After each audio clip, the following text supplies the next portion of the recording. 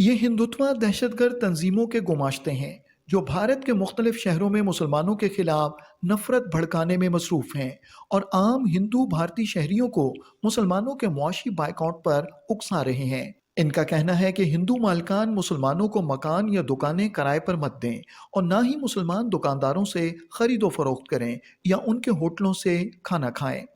ये देख लिया आपने, मैंने आपको दिखा दिया कि कितनी भीड़ मेरे पास में ये रहती थी हमेशा। अब कुल मिला के लास्ट ये हुआ कि हमको मजबूरी में हमारे कस्टमर ख़त्म ही हो गए।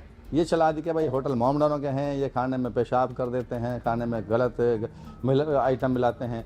ये एक सोची समझी स्कीम है, लोगों की प्लानिंग हैं। जब हमारा काम ख़त्म हो गया तो हमने कुल मिला के होटल बेच ही दिया।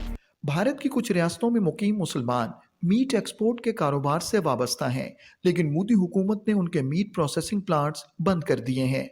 हमारी जो टर्नओवर रेगुलर ईयरली होता था वो 1000 CRs का हो जाता था और 1500 से 2000 लोग हमारी कंपनी के एम्प्लॉय भी थे जो काम करते थे, और जो सप्लायर होते हैं उनकी पीछे की जो फैमिली होती है 15 से 20 हजार लोग उसमें, क्योंकि पूरी चेन होती है इस बिजनेस के अंदर, तो वो सब मुतासिब हुए हैं इस काम से।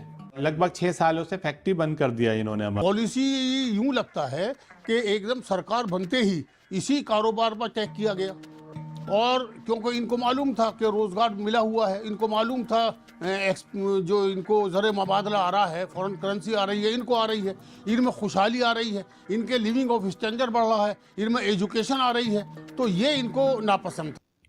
भारत की मुख्तलिफ रियासतों में हिंदुत्व दहशतगर्द तंजीमों की जानिब से सरकारी सरपरस्ती में मुसलमानों के खिलाफ जहर उगलने और आम हिंदुओं से मुसलमानों के मुआशी बायकॉट का हलफ लिया जा रहा है। शपथ लेते हैं कि आज से हम हिंदू किसी भी मुसलमान दुकानदार से किसी भी प्रकार का सामान का खरीदी बिक्री नहीं करेंगे। आज से हम हिंदू किसी मुसलमान व्यक्ति को अपनी जमीन लीज में या बिक्री नहीं करेंगे। हमारे से निवेदन करूंगा, हाथ जोड़ के सबके आधार कार्ड देखो, जो मुसलमान हो उसको अपना मकान, कोई भी जमीन मत दो। जहां एक तरफ हिंदू इंतहा पसंद मुसलमानों के मुआशी बायकॉट की कॉल दे रहे हैं, वहीं भारतीय हुकूमत मुसलमानों के रिहायशी मकानात, कारोबारी मराकज और मसाजिद को मिस्मार करने में मसरूफ है। This used to be a bustling cluster of Muslim-owned shops, businesses and homes that have now been reduced to rubble by Indian authorities. The government says it was targeting illegal construction, but activists and civil society experts say that this is part of a larger trend and that India's Hindu right government has weaponized demolishment of Muslim properties as a mode of collective punishment and to instill fear in the community. इंसानी हुकूक के कारकुनों का कहना है कि भारतीय हुकूमत मुसलमानों और दीगर अक़लियतों की जायदादों को एक सोचे समझे मंसूबे के तहत मिस्मार कर रही है।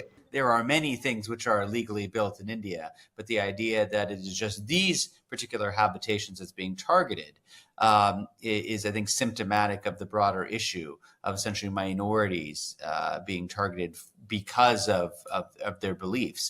The state is sort of giving or granting a broad permission structure under which these groups are allowed to act with impunity. अक़वाम आलम की जिम्मेदारी है कि वो भारत में मुसलमानों और दीगर अक़लियतों के खिलाफ मोदी हुकूमत के बढ़ते हुए मजालिम का नोटिस लें और हिंदुत्व दहशतगर्दी के इफरीत को काबू करने के लिए अमली इक़दामात करें।